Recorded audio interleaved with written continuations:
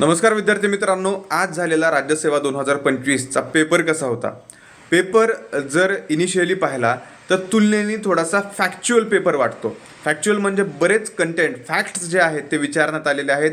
इतिहासामधील विज्ञान हे दोन जे भाग आहेत पेपरमधले ते थोडेसे अवघड असे वाटतात. तुलनेने पॉलिटी जे आहे तर पॉलिटीचे सुद्धा जे प्रश्न आहे ओके, हे जे प्रश्न आहेत ते थोडेसे ट्रिकी असे आलेले आपण म्हणू शकतो. थोडंसं तिथे आपण लक्ष घातलं असतं, थोडंसं व्यवस्थित ॲनालिसिस केलं असतं त्याचं, तर हे प्रश्न जे आहेत ते सहज सुटू शकत होते.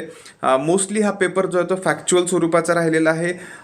पूर्णपणे जे कंबाईन आणि ज्यांनी अगोदरच्या राज्यसभेच्या मेन्स दिलेल्या आहेत अशा विद्यार्थ्यांसाठी हा पेपर जो आहे तो नक्कीच सोप्या स्वरूपाचा राहिलेला असणार आहे.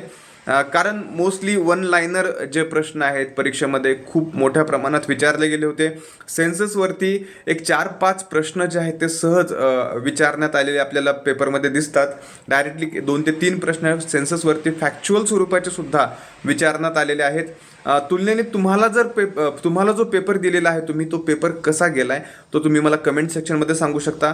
आणि नक्कीच राज्यसेवेने सांगितलेलं आहे की आम्ही जे आहेत आता पूर्व परीक्षेमध्ये फॅक्च्युअल बेस्ड म्हणजे फॅक्ट चेक करणार आहोत आणि मुख्य परीक्षेमध्ये जे आहे ते आम्ही ॲनालिसिस चेक करणार आहोत.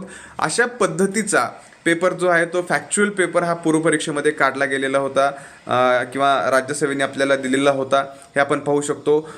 यापुढील सुद्धा पेपर असे येण्याची शक्यता असणार आहे.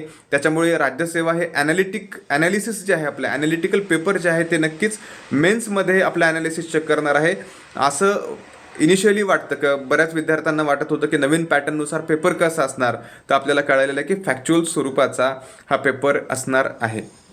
तर आपण लवकरच भेटूयात आपल्या पुढच्या ह्या व्हिडिओमध्ये पेपरचं एक्सप्लेनेशन करण्यासाठी. Stay tuned with V academy. Thank you.